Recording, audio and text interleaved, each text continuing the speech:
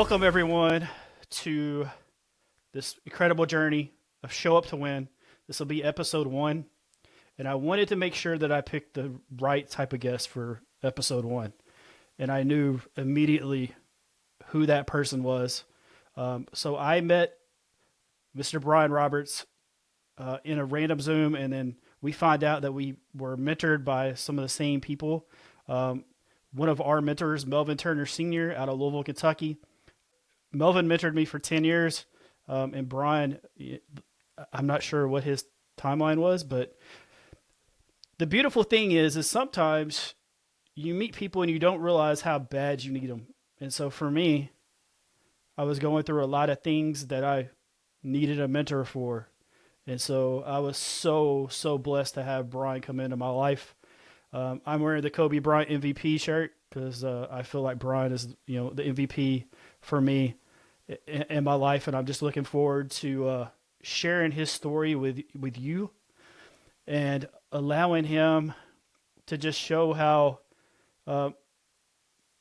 he was just resilient and how he was able to go through so many things and overcome them. And there's just so many lessons that I want him to be able to share with you guys. So let me bring him on.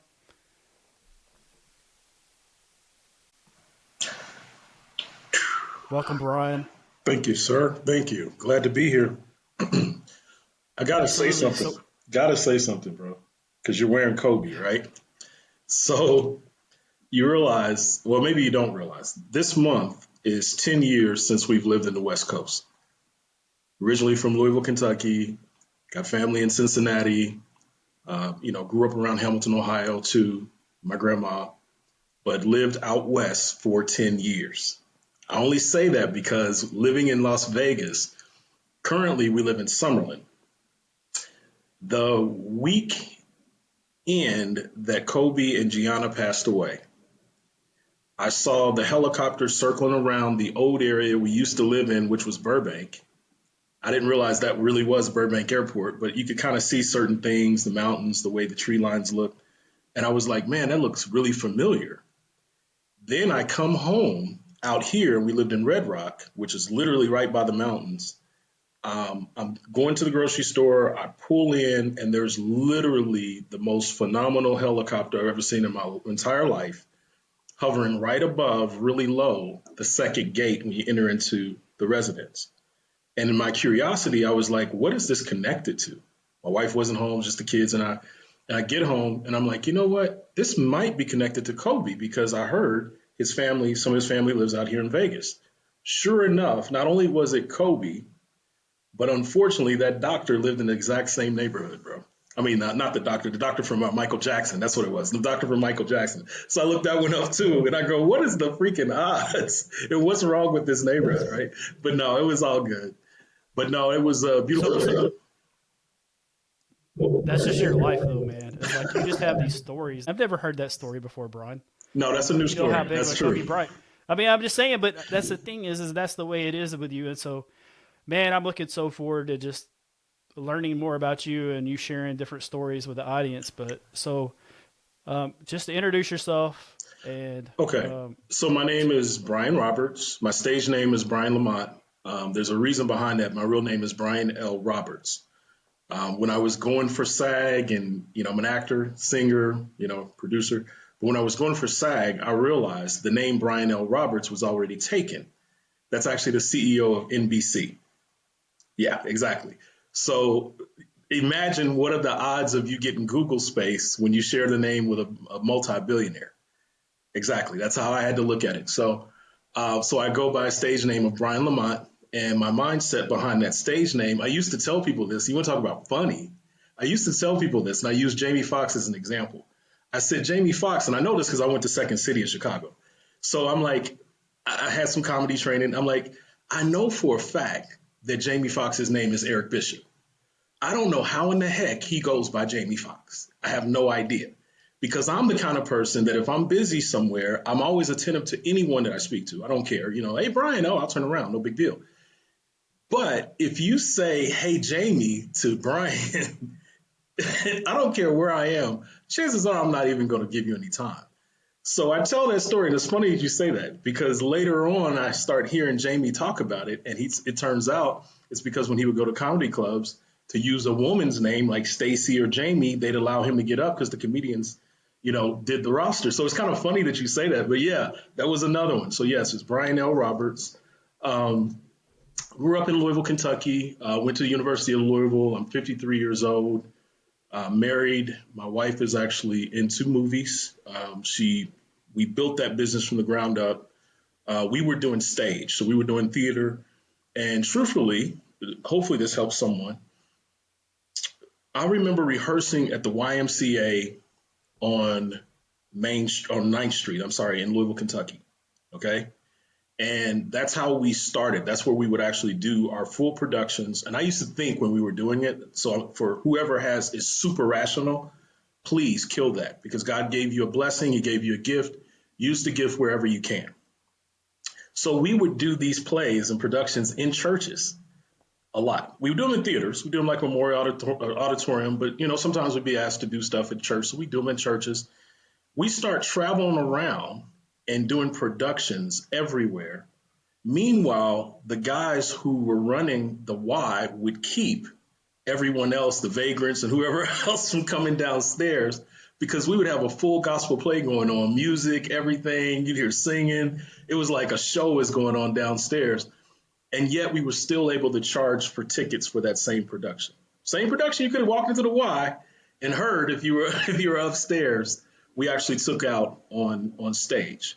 How did we end up doing that? My wife went to Manual High School, Youth Performing Arts Center school. As a matter of fact, last week she just got inducted into the Hall of Fame at Manual High School.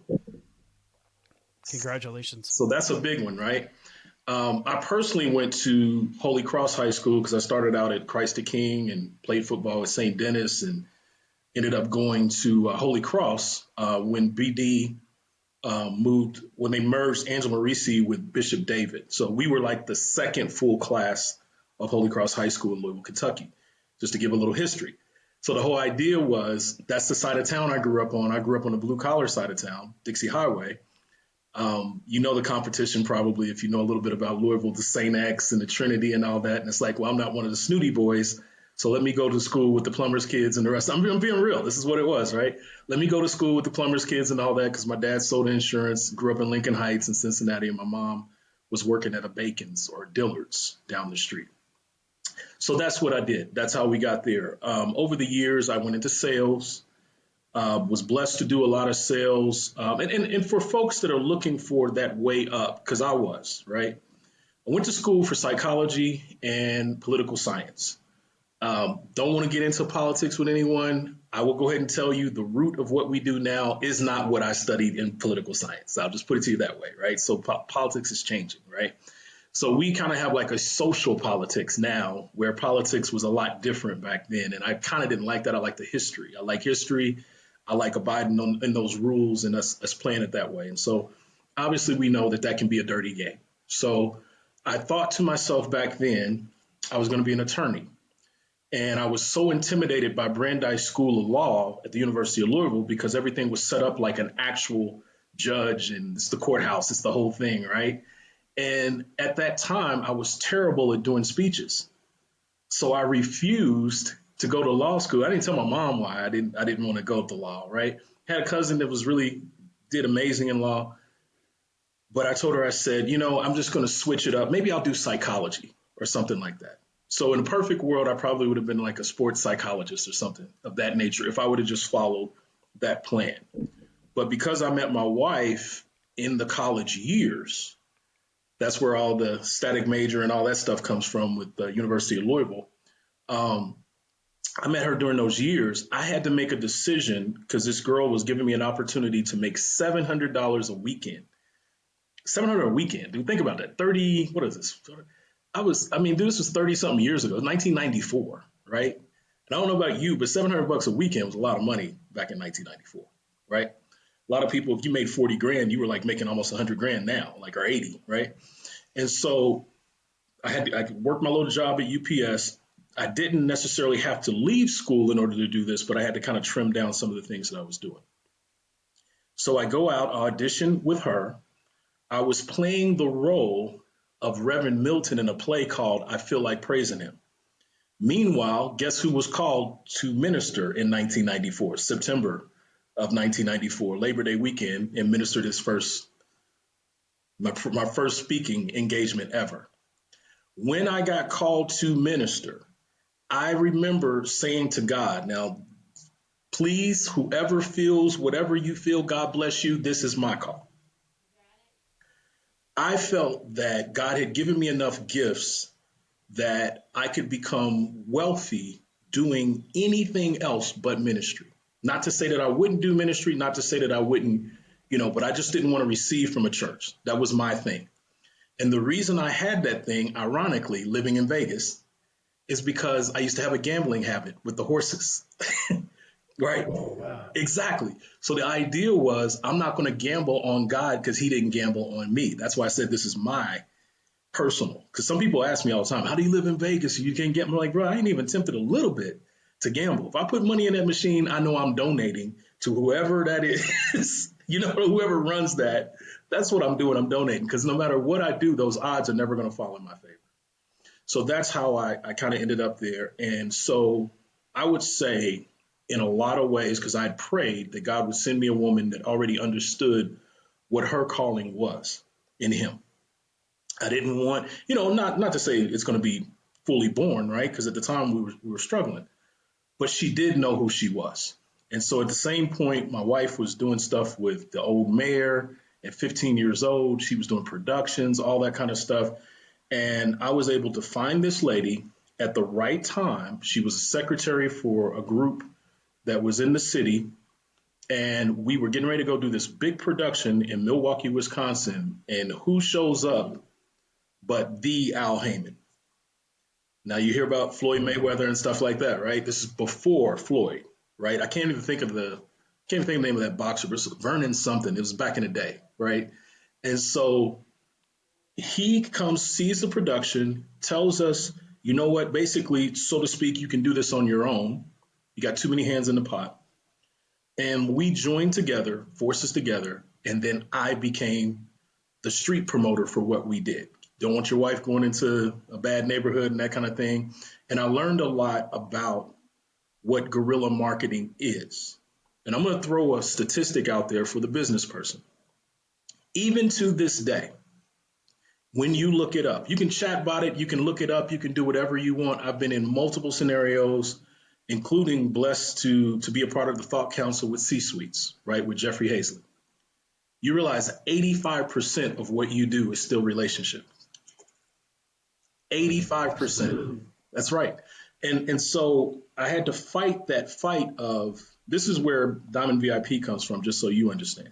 I've always wanted to give some of that information to people and help them find their way because a lot of times we reach a crossroads, say you've got this great business, you've got these awesome opportunities. Where do I take them? What do I do? What's my next step, right? And a lot of times what we'll do is we'll go to try to get the step funded and we need to workshop it. That's what they used to call it in plays. When you go do a play, get booed out and go to a city and find out they don't like that line, you know what I mean? That kind of thing. So they tell you to workshop the play first. Then as you've workshopped it and you've got some success, something on the books, just like think Shark Tank, right? When you go to the actual investor, you're going to want to show them because what's the first thing they ask on Shark Tank? How many have you sold?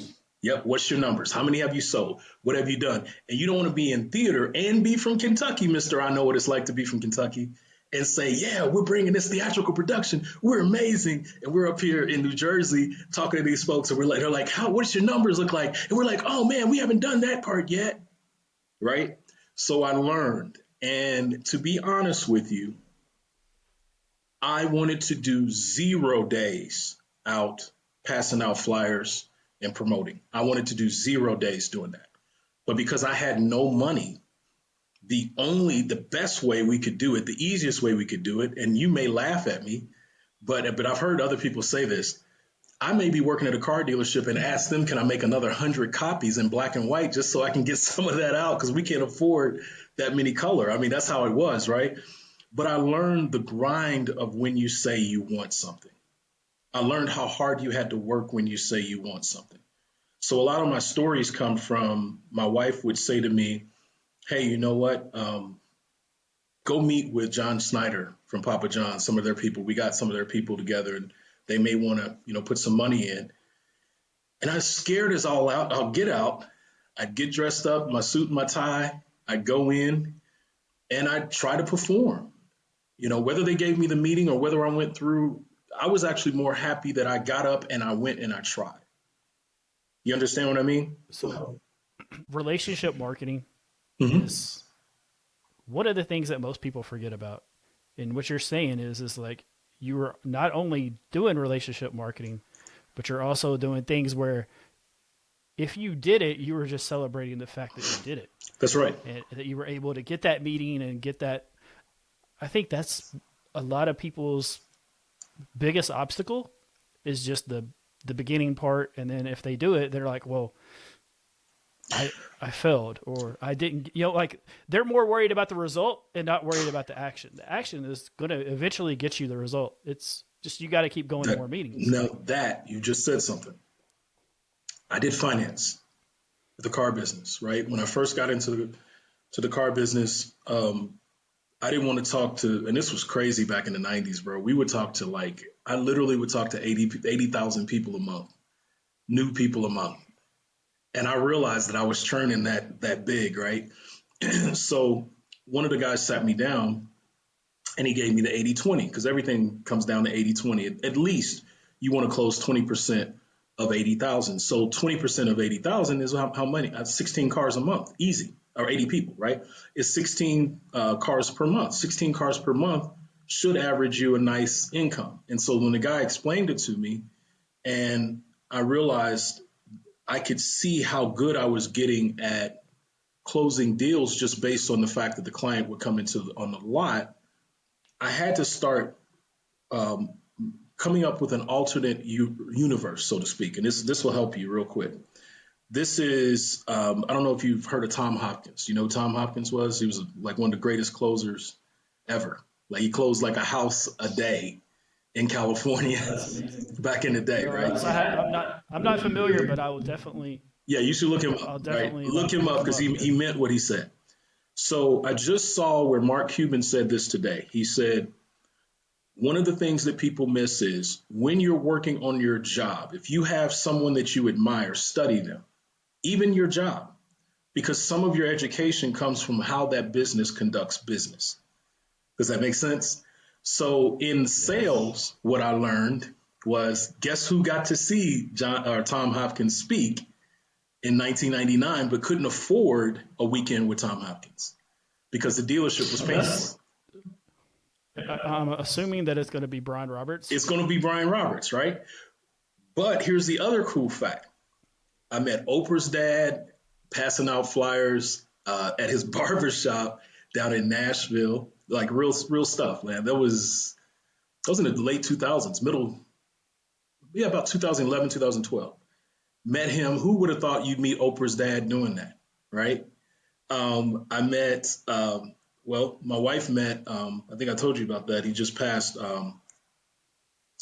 Junior Bridgman because basically there was no one in Louisville. We thought of it like this. If they're in that a certain tax bracket and they have a certain business, and even if we learn from their no, shouldn't we try to see if we can set up a meeting with every single one of them?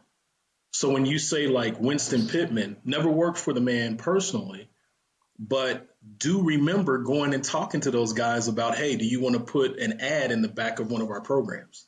Because everything was raising money. How do we raise money? How do we make it beneficial for the other person?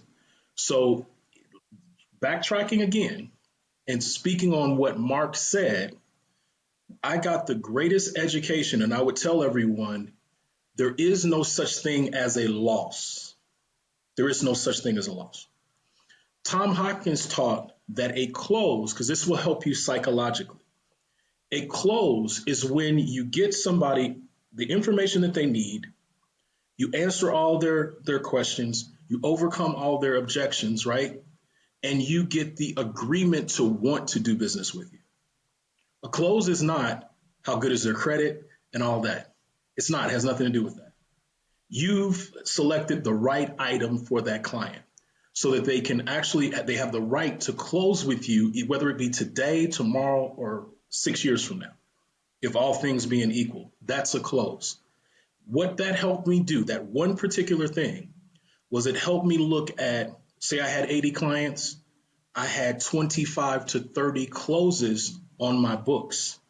Does that make sense? But maybe I sold 15 cars out of that 25, and then that made me ask the question, why? And in a lot of those cases, either we're asking for too much money down, the client had too much negative equity to roll over from their other car, or maybe they just didn't have the credit and they wouldn't, it's okay if they don't because they're closed on this F-150 Lariat, right? So if they don't want the Ranger, just because the credit says that that's what they get, it creates a scenario where Brian is no longer beating up Brian. Does that make Right. sense? You got the win in the scope of the way that you have it, but also it comes down into the circumstances of that customer and not Brian not fulfilling It's not the personal. role that he had. Right. It's not personal. Exactly. It's not And that's the personal. thing is like so when I work with athletes, I tell them the two absolutes in basketball with making and taking a shot is you're gonna hit it or you're gonna miss it. Mm-hmm. Same thing. If you do the correct you take the correct shot, Yep. you feel comfortable with the shot, Form is right. live with the circumstances, right? Form is So right. it's very much Balance. what you just applied. Yeah. Yeah. So you apply that to sales. I think that's a huge nugget for the listeners. Let me tell you this, bro. And no matter what I say or you hear me say, I'm always trying to get someone to that portion of their aha. I don't care how I frame it, right? I may say a lot of different things, but ultimately, I want it to be revelatory for you. And the reason I want it to be revelatory is once I discovered that, then we're talking Tom Hopkins, bro. We're talking Santa Clarita, California. Look it up, how much those houses are worth now. Everything's in the millions now, and they were probably in the hundreds of thousands then.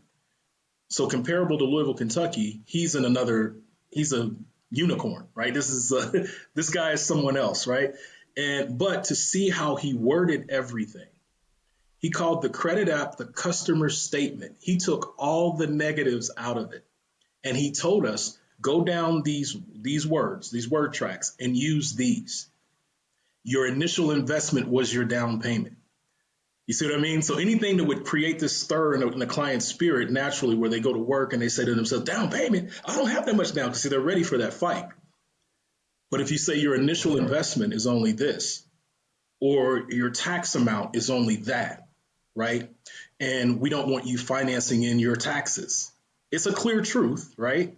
We don't want you doing that because that can also depreciate your vehicle. It gave us a much more thought out conversation where they may have come. So Go ahead.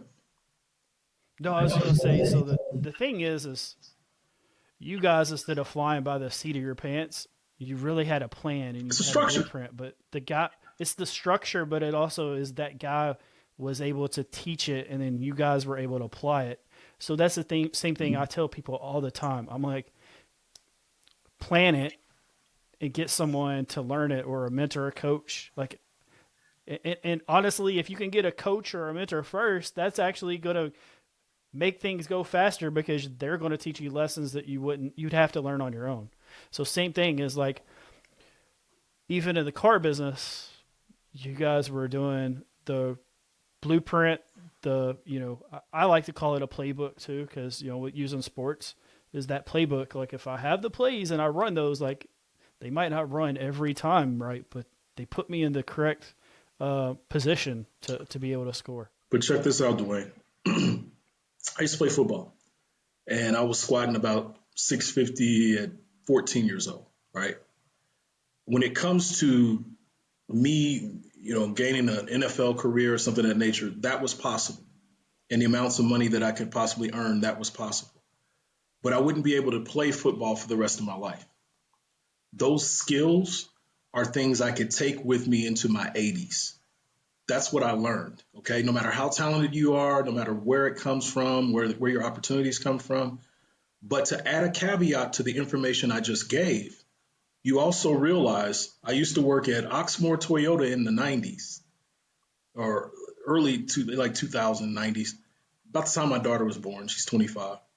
And I know 6 guys. I'm talking that training that I just told you about. 6 of us have 7-figure bank accounts. And of the Oh, wow. 6, only 2 were managers. And they weren't even top tier managers. They were just the closing managers. They were like the team leads, right? So I didn't realize the power that like the Tom Hopkins training was, the Joe Verdi's, all this stuff that was coming through. But taking what Mr. Cuban said, imagine me with my broke self trying to afford Tom Hopkins at 3 to 4 grand or whatever that costs per person. Exactly. Or Joe Verdi, Yeah. all these guys. I was gonna say I can apply the same thing with the like for speakers or like Mm-hmm. those type of things.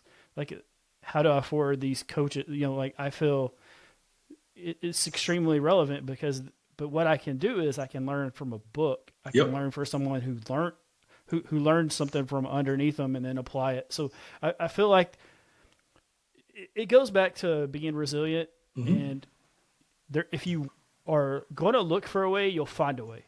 Yep. If you're looking for an excuse, you will find an excuse. Whatever There it was is you're times in looking my for. life that I there was time in my life I looked for every excuse on the book because I didn't want to do it, right? Exactly. Or I was scared of doing it. So it's Yes. the same thing, but when you give that obstacle to someone else, like they're able to overcome it.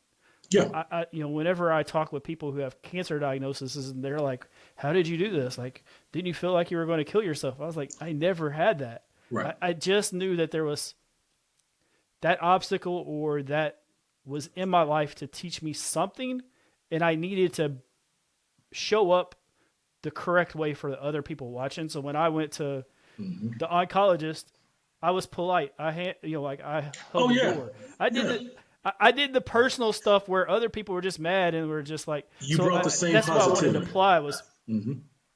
I did. I kept the same thing. I kept Dwayne where a lot of people lost their personality. Well, I learned, and you're in Kentucky, so this is definitely relevant.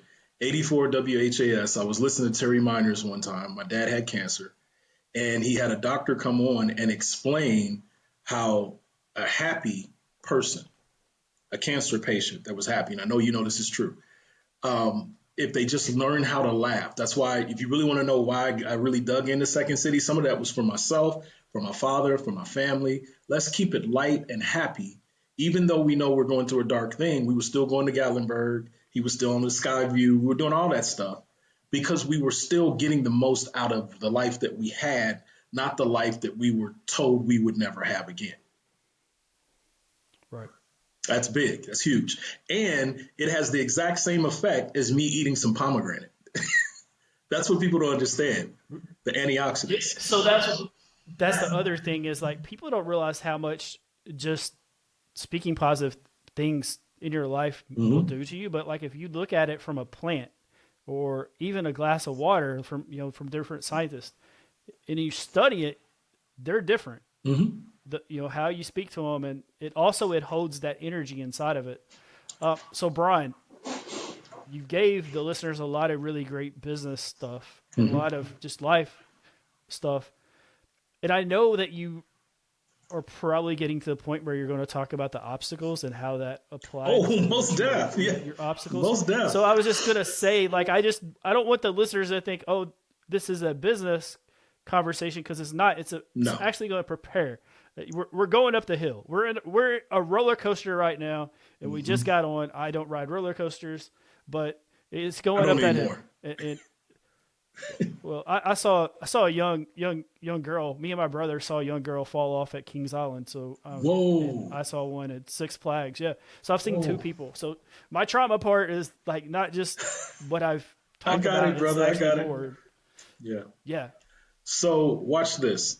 So everything I told you about my father is true. My dad grew up though in Lincoln Heights. Okay. Lincoln Heights is rough. Well, Cincinnati, right? Not far from where you are. It's rough. And my father, jokingly, this will help you cut through the chase.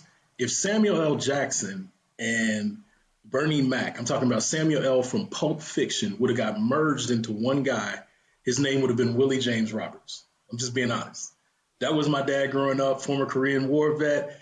It wasn't get out of bed, it was get explicative out of bed, you lazy bum, boom, right? So this was every day.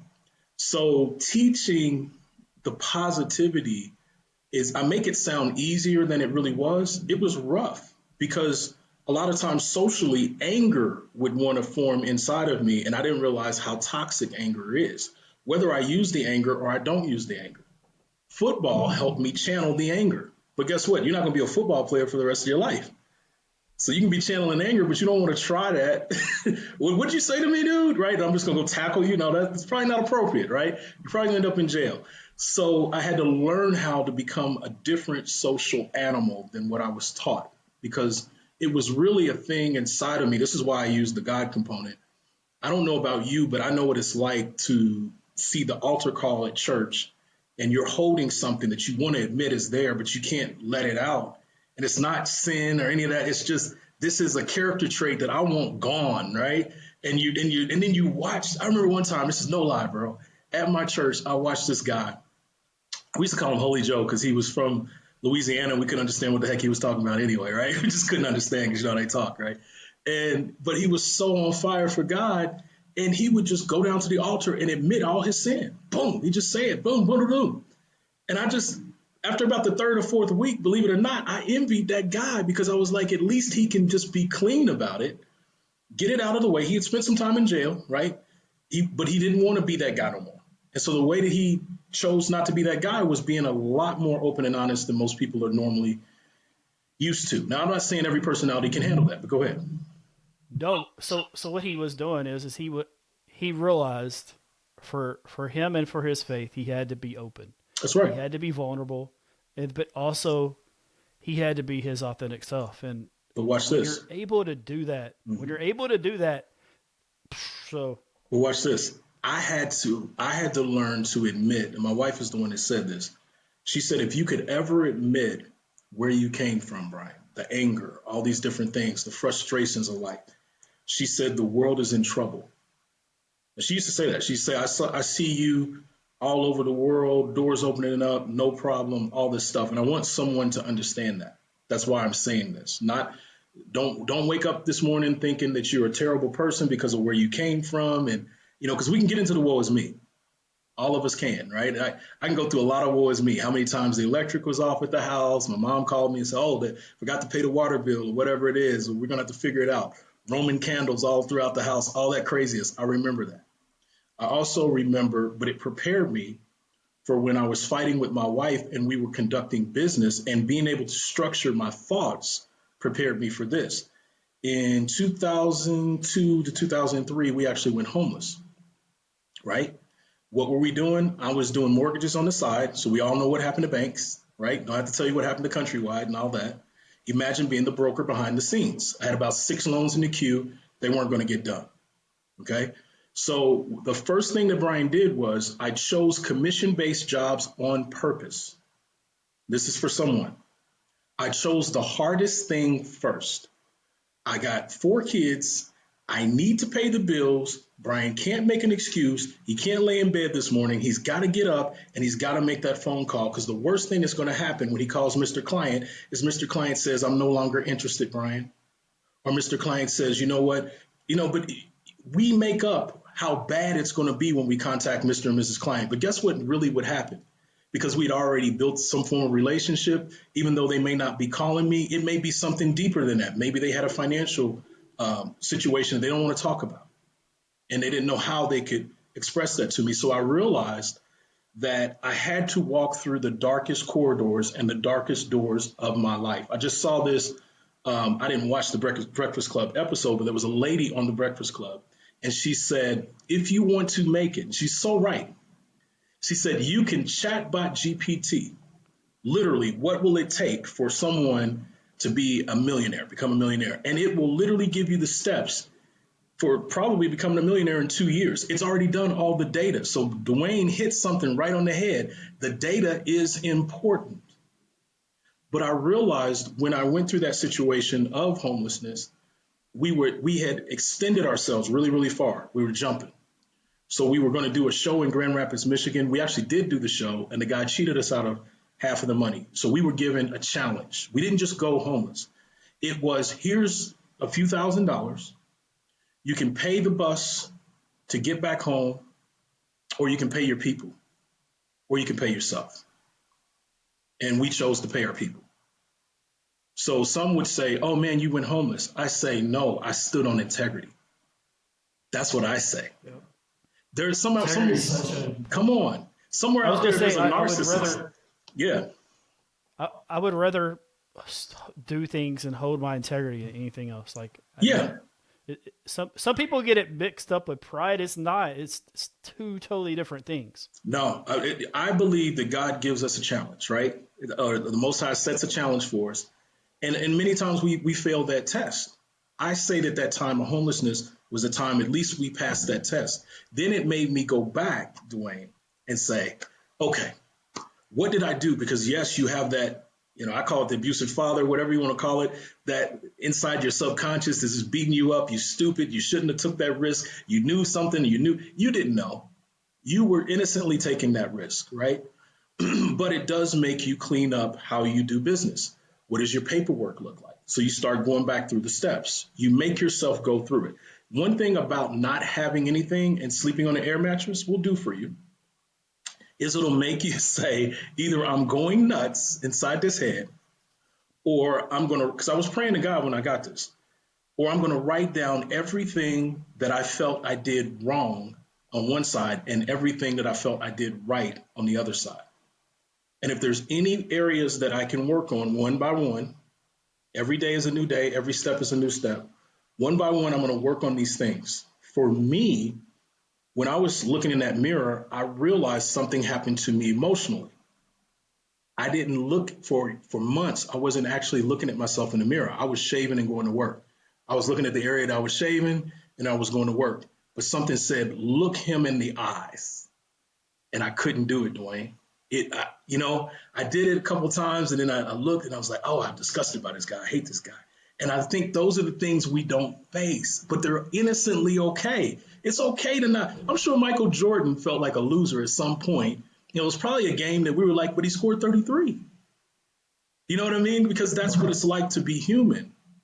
But where we have to kind of break that cord, and I call it really kind of breaking a generational cycle in some cases, it's a breakthrough moment, is when we can see the problem, know that, it used to be, man, this is the one thing that's going to drive me nuts today. And you conquer it with some steps of activity. And I'm grateful, like I said, about Tom Hopkins, because I think those are the days when I learned to structure all my thoughts in a business-like format. And so I just started applying those things, because believe it or not, Dwayne, I actually do try to live my life in quarters, kind of like a business does its quarterly statements. What did Brian do last quarter? So don't beat yourself up just about today. What did you do last quarter? Okay, well, let's get back and make some more phone calls. Let's get out there and meet some more people. Because believe it or not, this is a numbers game. And trust me, what I did when I got homeless was I said to myself, man, I'm just going to throw caution to the wind. Every little seed of doubt that I've ever had or thought about myself, and I'm talking about with integrity, right? I ain't saying I'll just do crazy stuff. But I'm like, when you have that whimsical thought and you say, oh no, it'll wait. I stopped it'll wait. And I just started with, let me just go and see what's there. Let me go to that meeting. Yeah. Let me go meet those folks. You took away the procrastination stuff because Yep. there was I need this. Like, Bro, I have to do this. Urgency, right? It's urgency. You can't procrastinate when you're in that type of state. And you also said quarters. You believe in quarters theory. So, like, the GOAT Michael Jordan talks about it when people asked him how to score 32. He was like, it's 8, 8, 8, and 8. He didn't look at it any other way. He's like, I just got to score 8 points this quarter. So he'd go out, score 8 points. Oh, that's nice. Like that's true. Right? You know why that's true? Because there's somewhere in my mind, and I may not know what that number is, but I learned that even in business. If I got to 20 cars or 25 cars, I thought I'd done the world. But what if I got there halfway point in the month? There's a side of me that's going to quit, whether I realize it or not. I don't really talk about it, but I think I've mentioned to you is like I sold Toyota for like in '98, and so I sold for a little while, and then had a really big month, and I was like 2 weeks in, I was like, oh, Yeah. I was like, I just tripled what I normally did, and Yep. like I can just quit, I can just chill, and I was like, no, I was like, I can actually probably do this again, and then I actually had a knee surgery that I had to have, so it was another like, okay, should I hustle, bust my butt a little bit more, or should I just kind of relax because I'm not going to be here next month? So Oh. there was that devil on the side and the angel on the side, like, no, let's go. And so, I pushed myself, but I didn't have to. That was what I was going to say. I didn't have to. So Like, I just knew, hey, I'm gonna be without money for a little while, so I need to push. That's what I was gonna say. It was like it wasn't being the situation you're at, but that was you made me realize a step where I felt like I was doing things on integrity and I didn't even realize it. So oh yeah. thank you. So watch this. I wasn't in the car business for the car business. I was in the car business because I read a book that said, go find a commission based job, work it for 5 years, and you'll have an understanding of what business is. It may even beat out you going to business school. Seriously, because you'll see the ups and downs, the highs and lows, the ebbs and flows of business, right? So, with what you just said, and I used to train salespeople, I hated this when I would see a guy, we would call them one hit wonders because they come in, man, and they explode, boom, and maybe he used to sell pizzas before, and deliver them.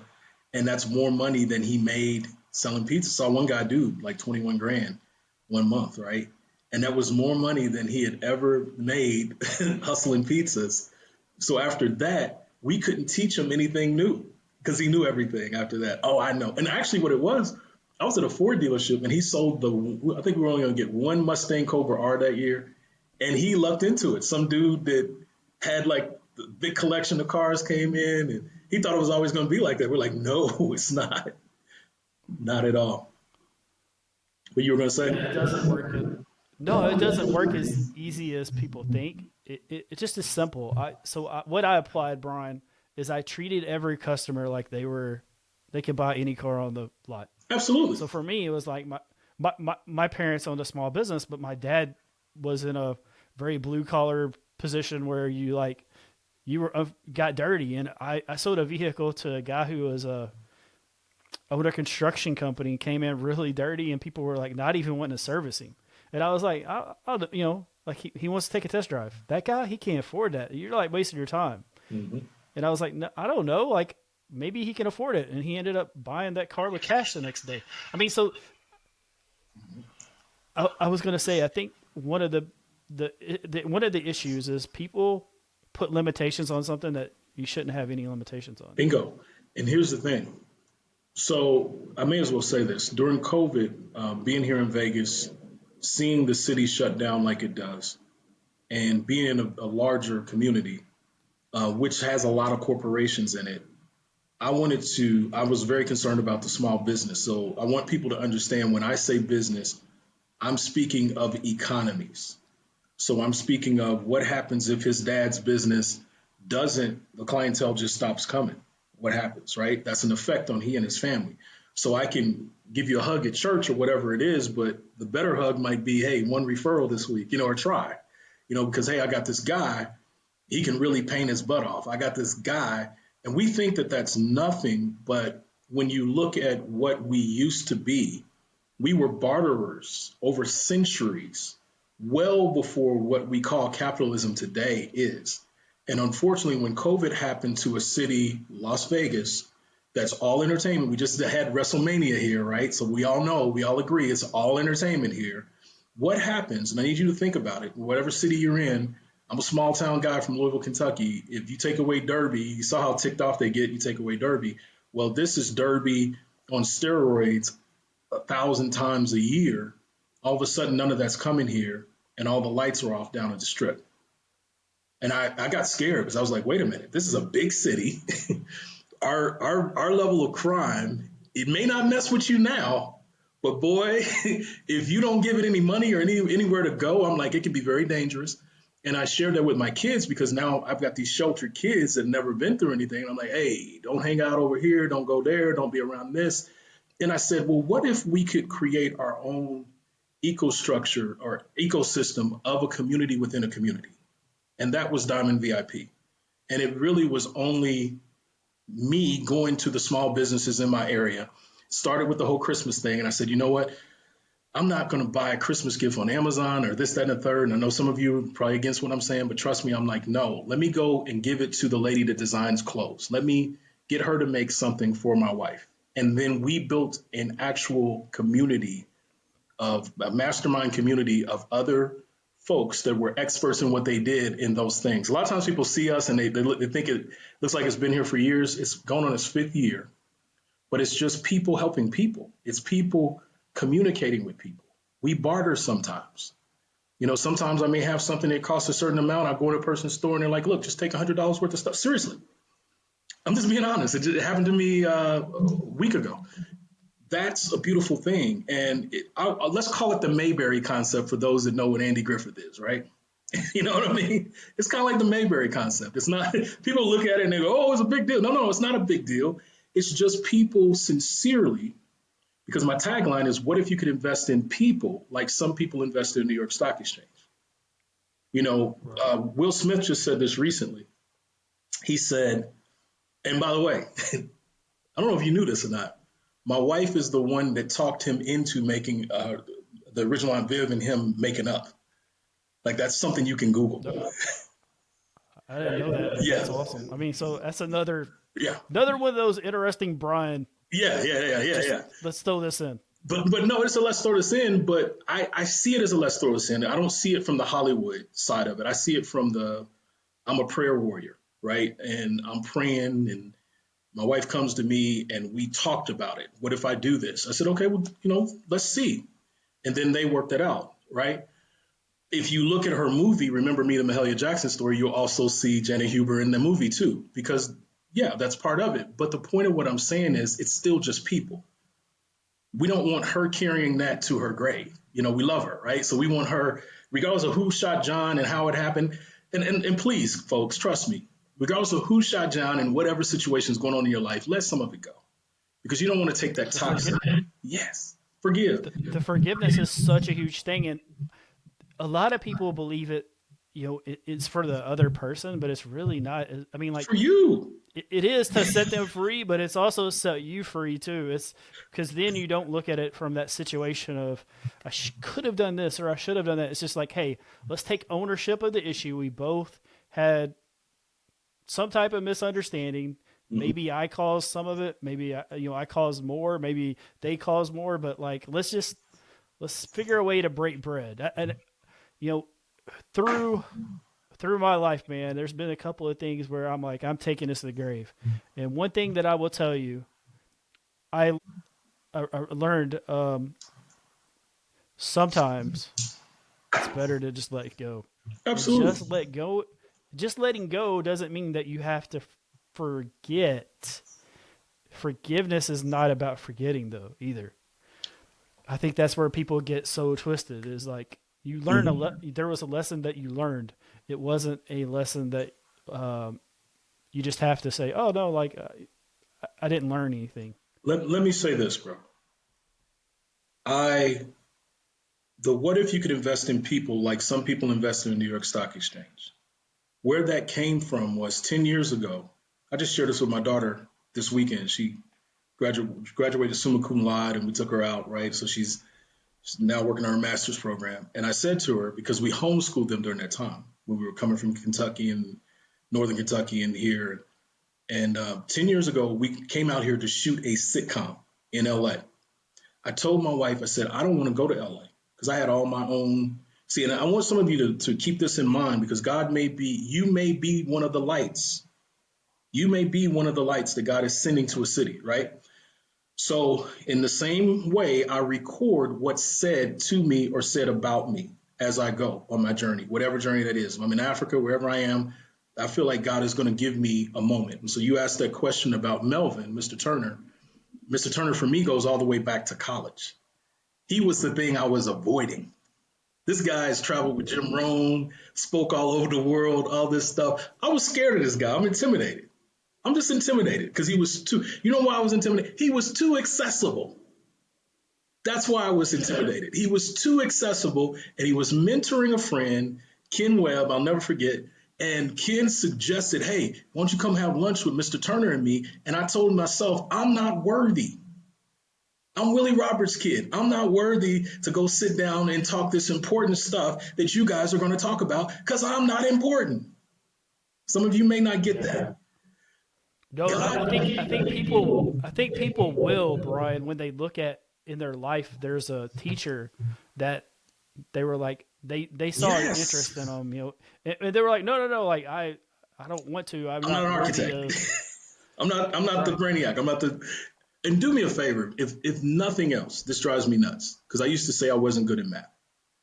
Don't say that stuff. Remember, we're calling. I believe that we call forth those things to be not as though they were. We speak those things into existence, right? Do not do that over your life. The reason I say, what if you could invest in people? There's a scripture that says that God had numbered even the hairs on top of your head, right? So that means you got to think of the imagery of that. That means God is very intimately involved with you. So when I got to that mirror and he was saying, I heard the Spirit say, write down what you like about this guy and then what you don't like about this guy. I knew it was God because that's the only, I mean, Brian's not going to do that, right? Nobody's going to sit and self critique. But when I did it, and then I got this breakthrough and I'm crying big tears, I'm like, dang, that's the thing I needed. Who knew the mirror is what I needed? And I think in this world today, people, I hate to say it this way, I want to sound like an old man, but it is what it is. I think we use the internet as our mirror, and that's wrong because the internet is not going to speak anything good back to us, right? Your mirror is a place of privacy, seclusion, just you. It's your secret place. That's whatever comes back to you. Hear that and move forward in a good, positive way into the world, right? So it's funny that you said that, bro. The reason I don't mention things like the Miss Hubert thing or the Junior Bridgman thing or the John Snyder thing is I don't put more importance on any one of those things. I really don't. I know they're cool during their time and season. People hear them, they think it's amazing. I expect God. Ooh, now this is a powerful one. I expect God. I wake up with an expectation. Sometimes I don't go outside because I already have an expectation that an angel is going to meet me. I do. I wake up and I free. You talked about limitations. I free in my mind this idea that an angel is going to meet me. So imagine traveling out to the West Coast. I shared this before, but I'll share it this way. On the day that my car was supposed to be hauled out to the West Coast, we had just now got to the point that we could afford a Mercedes Benz, and my Mercedes is on the car hauler. My phone goes berserk, brand new phone, 6 months old. My wife is supposed to call me. The car hauler guy is supposed to call me that day. And I wake up that morning and I scream. This is what happened to me 10 years ago in April, by the way, Mr. Morton. 10 years ago in April, in Glendale, California, staying at the Americana at the Brand above the Olive Garden. No, Cheesecake Factory. I didn't even realize the Americana brand was only 7 years old at the time. I can't get to my phone. I'm in a efficiency apartment that's already got everything we need. And apparently this is where some of the stars would stay because they would do their filming down at the production studio, which is where we were. And I didn't realize that. So I didn't think to ask them if they had a phone. At the moment when I needed it, the phone rings. My car is right outside the window. My wife is asking me, are you okay to film this production? In that production, it was called Word of the State. You can Google it, Word of the State TV. It never got picked up.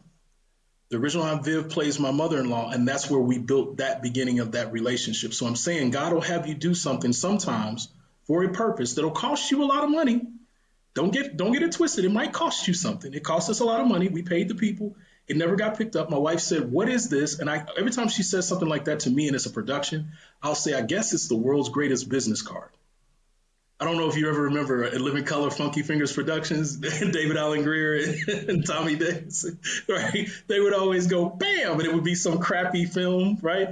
At least ours was a nice piece of film. And here we come from Kentucky. So I'm always looking at it in the humility of, well, would I have gotten this produced on this level in Kentucky? Probably not. So let's find our tribe. I'm not looking for everybody. I want to find the people that are going to appreciate what we put in front of them. So that ends up happening. Imagine this. At the same time, when we're trying to break in and get that in front of people, that's when Hollywood starts to crumble. The Weinstein thing. Bro, I'm telling you, the Retner situation. And what if I said there were meetings with these people, with their representatives, and God shut the door right when we're trying to get something produced? Serious business. The point of what I'm saying is it's all orchestrated in God. On that day when I needed it, I do go downstairs. I do find benevolence with the truck driver. I'm walking out of a Jamba Juice because my nerves are a wreck. And this little guy says, brother, you got the joy of the Lord all over you. I'll never forget him because he was like an angel. He was the thing I needed at the moment that I needed. And as a matter of fact, I can show it to you, bro. Actually, when that happened, that was when we came back in June. But the original day was April, right? When we first came and looked around and saw everything. So it'll be 10 years this June. Peter said that to me. I encrypted into my Facebook Messenger because I didn't have anybody's numbers because I was contacting a buddy at the time that he does this, and I get a new phone. I have it in my hand. When I encrypted it and I went back up to my room, I cried for hours. I could not get the tears out of my eyes because I kept looking at the phone saying, God, this is just between you and I. You know how crappy nervous I was when I got up this morning. I sat there and I told my daughter, I don't want to come to LA, and I could have used that as fuel to go back home. See, nothing's working like I wanted to. Doors are shutting. Let me go back home. And my wife even asked me the question, are you okay being here? I said, yeah, I am, because we'd had that conversation of, I do better live. I'm like, oh, maybe I do better live than on camera. Maybe I'm just the live guy. I'm 53 now. So guys, 10 years ago, 43 years old. So I'm like, oh, we're just going to come when I'm Colonel Sanders. We're going to wait until I get too old to come. I had every excuse in the world. I had every freaking excuse in the world. That's why when I say things like what happened after that, I can say it with humility because I know truthfully I was the coward. I wasn't a coward, but I was the coward. I was ready to go back home. I didn't want to face it. But when I made myself face it, when I made myself go through the doors, God pinned the moment with a Peter. Because believe it or not, of everyone I met in LA, to me, Peter was the most important because he's the one that got me to stay that night. It is amazing when you have those things cross your path and you're able to have the awareness to be like,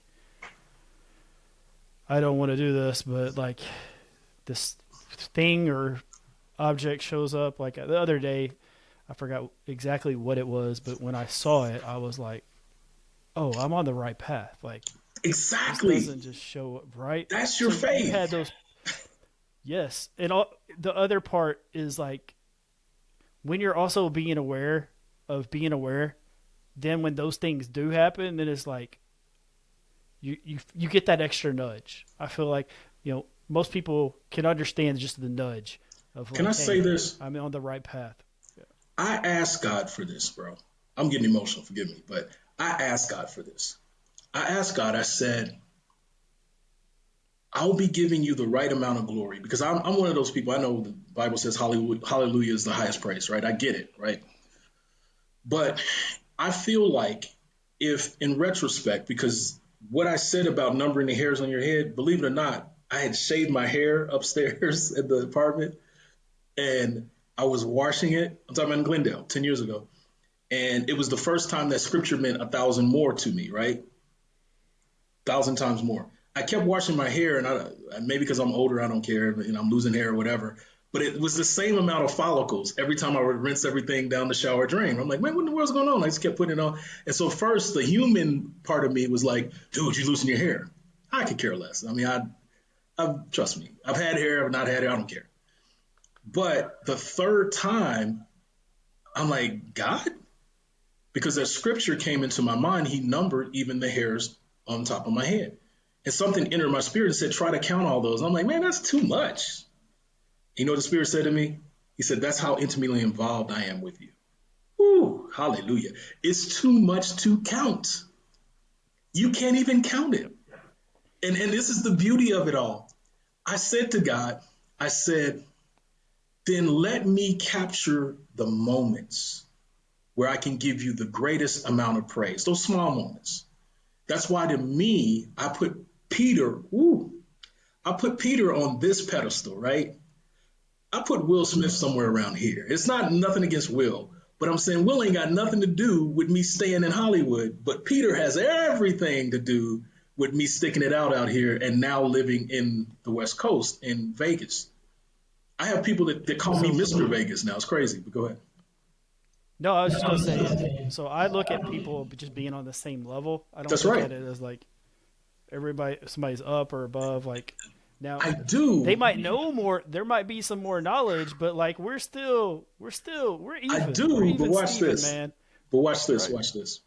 What I wanted to change I wanted there to be a shift in my brain because I didn't want to be a fanboy in Hollywood, because there's only a few stars or people that you call, whatever that you like. If you were in the presence of Michael Jordan back during his hey and you're a basketball player, there's going to be a certain different feeling that you get.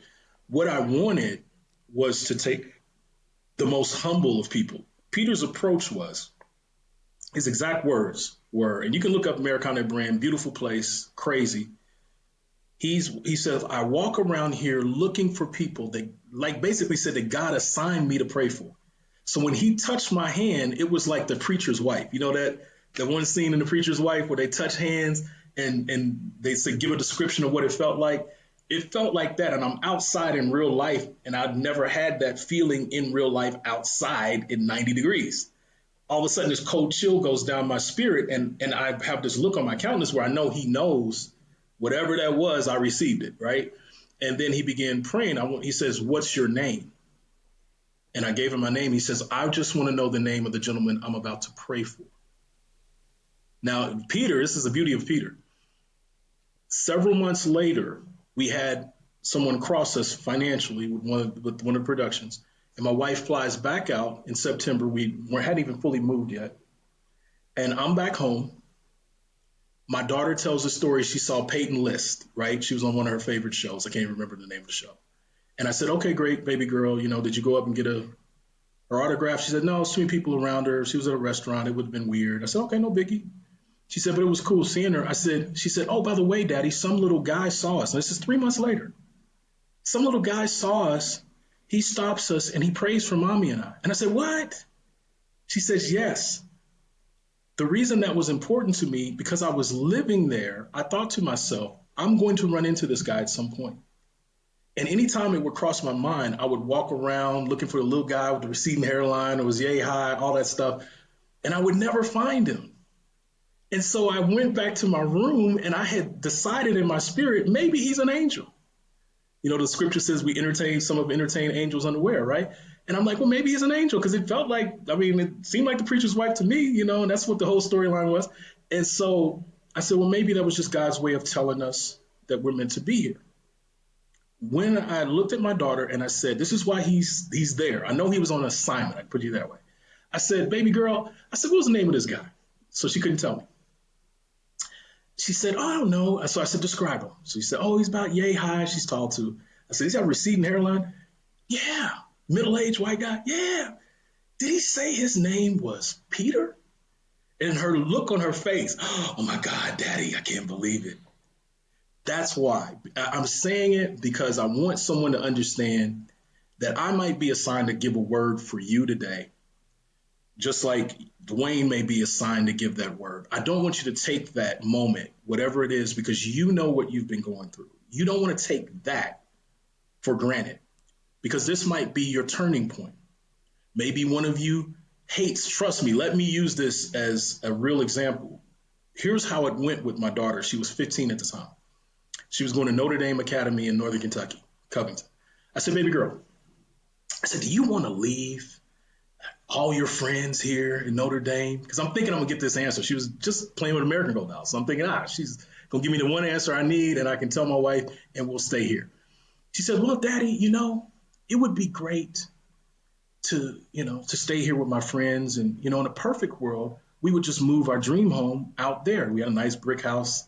We move it out there. She said, but you can't move a house in a perfect world. And I think our dream and our destiny is out west. I literally left that conversation exactly kicking shoes and everything like she didn't do what I wanted her to do. And when my wife got home, I had to say to her, I said, Erica, is it me? I said, am I the one holding us back? See, you have to, woo, man, that's powerful. You have to ask that question because I asked you can go see my wife's movie, Remember Me, the Mahalia Jackson story. It's on Hulu. Then I want you to go back and look at while we were producing, it used to be Warner Brothers, all these other guys, they were the big boys, but now it's streaming. Uh-oh, this is real. 10 years ago, behind the scenes, even though we would go to the CBSs and all those guys, they were still big players, but that's not where production was going. It was going to the Netflixes. And I can't remember, maybe Dave Chappelle or somebody did one of the first big contracts. We were there in the right spot during that time. So for someone, I want to ask you a question. Are you in the right place? Because sometimes God may have had you in one place for a season, but then he wants to move you out to another place for a reason. And that reason may be to impact the rest of that society. Or maybe it's a moment in time just for you. Maybe there's a dream that you had inside of you that somehow doesn't fit your small town, which is okay. Because I learned with Diamond VIP, people understand sincerity. It's rare, but they get it. And sometimes you may help that person heal because you carry that. I was thinking of it as I'm a country boy. I'm going to have to go out here and I'm just going to be country and they're not going to like it. That's how I looked at it. I was like, they ain't going to like it. And they don't like it. I'm the kind of guy, God, I'm going to tell them how I feel about it. You know what I mean? And then I took this little attitude of, if that's what you want me to do, God, then that's what I guess I'm here for. Expose me, God, before the world. But he had a place for me. That's why I don't talk about everything. It's a lot. If I talked about it all, bro, it'd be a mini series on TV because I didn't deserve, truthfully, any of it in my head. I never thought to myself that was going to happen. All I said to my wife was, I said, God has something major that he wants you to do. Maybe you need to fast and pray about it. When she fasted and prayed about it, 3 days later, she knew exactly what it was. And then that became the resolution between the original Aunt Viv and Will Smith. See, if you go back to my life in September, every September I fast 21 days. Grandma's birthday is September 21st, 1898. Been doing it since before I ever started ministry, just by habit. I'm the youngest. So literally, yes, my grandmother, 1898, my grandmother would be 127 years old this year. That's where my wisdom comes from. That's how I learned to listen. You gave like some major things, but these, like, you can take what Brian said and have apply them to your life and have a huge breakthrough. And so it's really about learning the lessons through other people. If you can learn lessons through other people, then that means that you don't have to go through that adversity and obstacles. So Brian, we got to wrap this up. Let's go. But I want to give you an opportunity to answer us one question, and then I'll just ask where that people can find you. Sure. What would be if someone asked what your biggest obstacle was and how you overcome it, which one would you say was the one that you were like, I struggled the whole time? Oh, did I struggle? Honestly, it was self-sabotage. I struggled with self-sabotage. And when I learned that I was using anger as a tool to sabotage a moment, I'm an actor. So I can act like I'm frustrated with you, but I'm really scared inside. Does that make sense? Like, I can take a scenario and blow it out of proportion and get you frustrated at me. Deep down, I'm laughing inside because I didn't have to jump over that hurdle that God just told me to jump over. I'm not asking you to be Mr. Rogers here, but I am saying know when it's self-sabotage. Because that was something I asked my wife while we were struggling. And I said, if you find that you're just fearful, can we just be like Lot in the Bible and his children, not like his wife? And she said, what do you mean? I said, let's not look back, because there ain't no tomorrow. We act like we have to go forward. And so that's what I would tell someone. Do not look back, because you have to go forward. Your destiny is ahead of you. Yesterday is gone. Tomorrow is not promised. What you have is each footstep, each breath, each moment that you have to heal yourself and someone else. And sometimes it does require you to be the bigger person. I have lost millions, millions of dollars. And technically, if it were in my flesh, I probably would hold grudges about it. But God has blessed me millions of times more because I didn't put the money first. Some of us want to do that, and that's not it. I always put God first. And I ask him, like, hey, is this what you want, big guy? I won't even send the boys after you. Big guy says, nope, they'll deal with it another way. I won't. I need to know where I'm to put my energy and my focus. That's more important. Absolutely. All right, man. Where can the people find you? I'm so fortunate to have you, like, in my life and the wisdom that you share and stuff like that. But just to have you as a friend is like the next Appreciate it, bro. level. But it's different when you have someone in your corner that like has been through it. And Mm-hmm. I mean, even though I'm kind of ahead of you in the mentor tree, just A little to bit, take a yeah. little jab, At least you just a took little it. bit. Yeah, But you took. But I took it from the secondary mentor who ended up becoming a millionaire, who did work with me in the car dealership. So I got yeah, it in there. no, we don't have to. Right. The but anyway, so like it's just what we're going to be able to accomplish together. But I wanted you to be the first guest, man. I just know me and you're going to do something really amazing together. And then I feel in my heart of hearts, man, that like me and you're going to be an incredible team. And Appreciate it, whatever bro. we do, Let me and put it. Let me say this. You can reach me at www.diamondvippromotions.com, or you can reach me on my email's in there, but I'll give you this email: Brian BRIANL Roberts 36 at gmail.com. So that's diamondvippromotions.com. That is my real information. So if you call me and I don't respond right away, it's because a lot of times I'm doing something, but I definitely will follow up. You can shoot a text and say, hey, I saw you right here, show up to win, and I'm ready to win, whatever it may be, and we can hold a conversation. That's fine. But what I wanted to say is, what's powerful about all of this is truthfully, I am an actor. Truthfully, I am a singer. And yeah, you talk about stuff. I'm a Burrell. So Stanley Burrell, MC Hammer, all those guys, that's my family. So all of this stuff promotionally, I'm supposed to do, right? And you may think in your mind that, God, this is what I'm supposed to do. But God showed me what's more important is the mentorship and the guidance and the coaching and all the stuff that I'm doing now. He said, no, put this ahead of that and you'll never have to worry about the other side. So a lot of what I talk about when I talk about my wife and I told you about the red carpets and all that, that came because I was obedient 5 years ago and I took me out of it. It's no longer about, you're not going to find me in a movie. Nobody, you're not going to see me. But does it even matter? Do you have to see me in a movie? Because all I really care about is making the greatest impact in human beings' lives. You, to me, my friend, are more important than silver and gold. And the day that you realize that you are more important than silver and gold, in Brian's heart, that's the day that you win. Because the thing that Russ Clark did teach me, my mentor, who was guided by your mentor, and I met Mr. Melvin, obviously, but he taught me that when I go into a meeting, I'm not looking for anything. I'm just looking for what God assigned for me that day. So I don't go into a meeting. It doesn't matter if it's the greatest of them all, right? I'm not going to meet with Shaq and then and it helped me too, man, because trust me, for where I was headed, and I didn't know I was headed there, LA and all that, I've been into some rooms. But it doesn't make me go in the room starry eyed. I'm going in the room saying, God, before I get in there, who is my assignment? And if no one is my assignment, I'm happy. I ate the hors d'oeuvres and I walked out.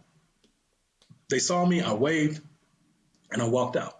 And what I found when I do that, and I let him guide, it could come from the freaking receptionist out front. I'm serious. Because you'll, just like you talk to me, and I could get you on the phone with one of the Burrells, no problem, if that's what God is guiding in that moment. Because they're family. It's just family. Like we do family reunions together, whatever. But sometimes the receptionist is the connection you were supposed to meet that day. And your job is to accept that he didn't send you in there to find, I'm teasing, James Brown, right? He sent you to find Barbara Brown, right? And she's important to your journey because what I asked God was, I said, Lord, I don't want to waste another step. That's what COVID helped me do. I don't want to waste another step. I want every assignment, every human, every breath to be an assigned breath. Now, I'm not going to be perfect, but I want it to have a purpose every single day. And so why I'm overwhelmed a lot of times with accolades and things that have happened is because in my heart, all Diamond VIP really is and this mentorship is, I thought to myself with COVID, I said, you know what? I could die any moment. That could happen anyway.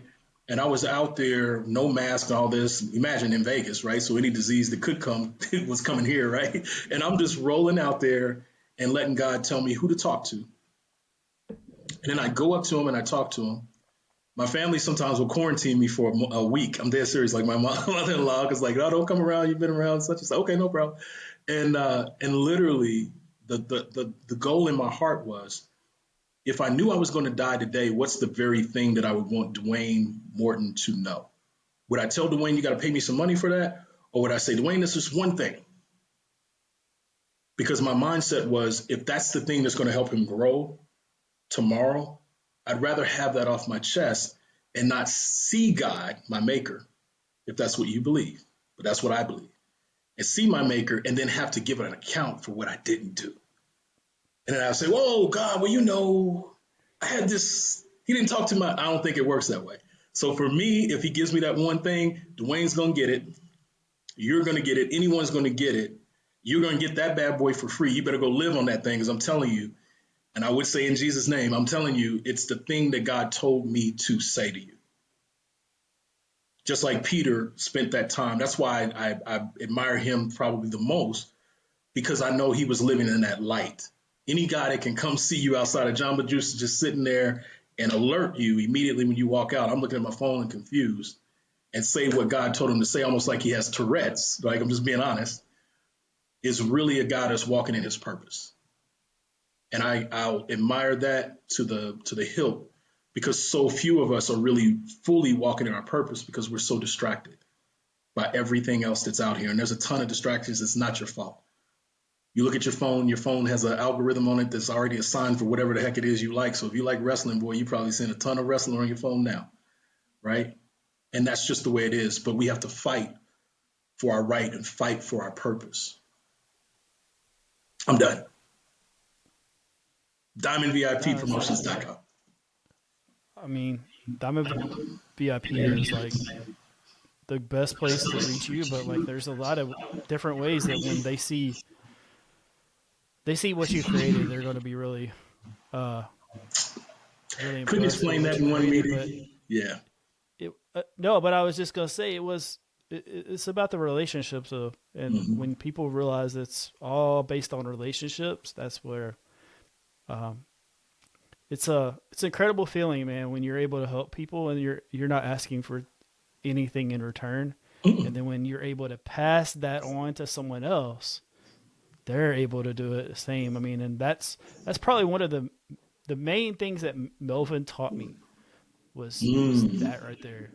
So like I already had the do unto others as I want others to do unto me. But like what Melvin taught me the most was show up, but show up with a purpose of like finding someone that you could better their life in some way. Find out how you can help them. Like just do a act of service. And And it's, watch it's this. very biblical, but it's also, yeah, go ahead. No, this is why Russ, what he did for me mattered. So coming out of all those broken conditions, the financial conditions, all those, we would meet once per week, either at a bookstore. I got reacquainted with him at a wedding, friend's wedding. It was right after my father's funeral, 30 days after. And I was challenging myself to go sing in his funeral. And oddly, this is my one person who comes up to me. And I said, "Where you been, big man? What are you doing?" He said, "Oh, practically retired." I'm like, practically retired? Where they do that at? He was lean 40. Where they do that at? I'm thinking military, whatever. And he says, and I knew he's got kids. He says, I just don't want to talk business now. He said, "Why don't you meet with me?" Me and some guys get together, and I never saw the other guys. Didn't realize that they were invited. They just, this hurts. They just didn't show up. So I ended up getting close to a mentor and a guide purposefully by myself because who knew I was the only one that showed up? I kept showing up. Every time I'm scared, guys. I want you to understand, scared, right? I'm like, what is he going to expect of me? And I always felt like he was going to find out I'm a fraud. I'm not that good at what I say I'm about to do. I'm dead serious how I felt. But every time I showed up, he gave me such grace. He gave me such focus.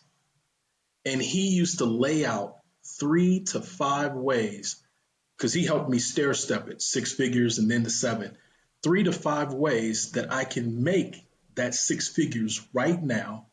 And he escorted me towards the door. Didn't give me money, but if there was a grant or something like that or something I should be focusing on, he guided my focus.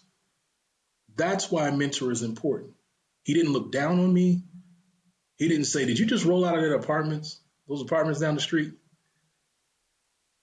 Do you have an eviction notice on your door?" He never said any of that.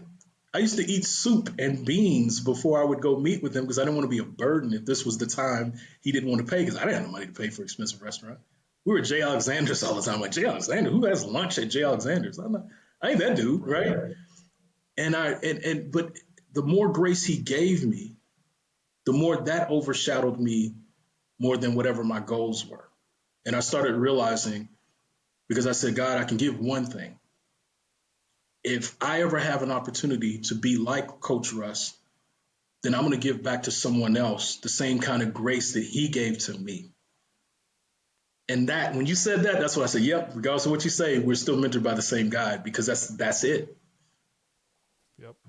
You've said to yourself, someone has said it to you, I know it, that if I only had the money, if I only had this, if I only had the access, I would. What happens is in that mirror, that's your day of challenge. That's your moment of God saying, what if I gave you that? Let him speak back to you. What if I gave you that? Well, I don't know, Lord. What if you gave me that? And we'll start working out those thoughts. Because trust me, God won't ask you what if without intention, because the scripture says God is not a man, number one, that he should lie, nor is he the son of man that he should repent of the lie. The scripture also says, has he not said, will he not do? So mine is faith in action. I already know that scripture. And I know that if he's speaking to me, he don't have to, right? And he doesn't know how to lie. So regardless of what I say or Dwayne says, what's more important is that voice that you heard before you ever got to us that said you were worth it, that you're somebody. That voice has to be the resounding voice that speaks louder than those people that say you can't do it. Trust me when I say it. I'm not talking about the Burrells. We didn't get that far. But like my family, man, I didn't get it from my family. They weren't like, oh, Brian's on the way. That never happened. I was the joke. It's like, good luck, man. When are you going to use that degree and that stuff that God gave you? That's what I heard more than anything. So it is a lonely walk, but know that you're not alone. That's awesome. So I appreciate the listeners for giving us our time and Thank you. being blessed to hear Brian speak. And it's just such an amazing to be able to have this platform, to be able to have people like Brian on here so other people can learn our lessons. And then, I get to, I also selfishly, I get to hear these wonderful stories and get to learn the lessons of all these great people. So, but yeah, so what I would tell the listeners is I always tell you, like, don't just show up. Don't just be just a regular, just sit in a chair when you're in a room. Show up to win. Like, really show up with intention. and just be present. Mm-hmm. So with that, show up to win, guys. God bless. Thank you, guys. Appreciate you, Dwayne.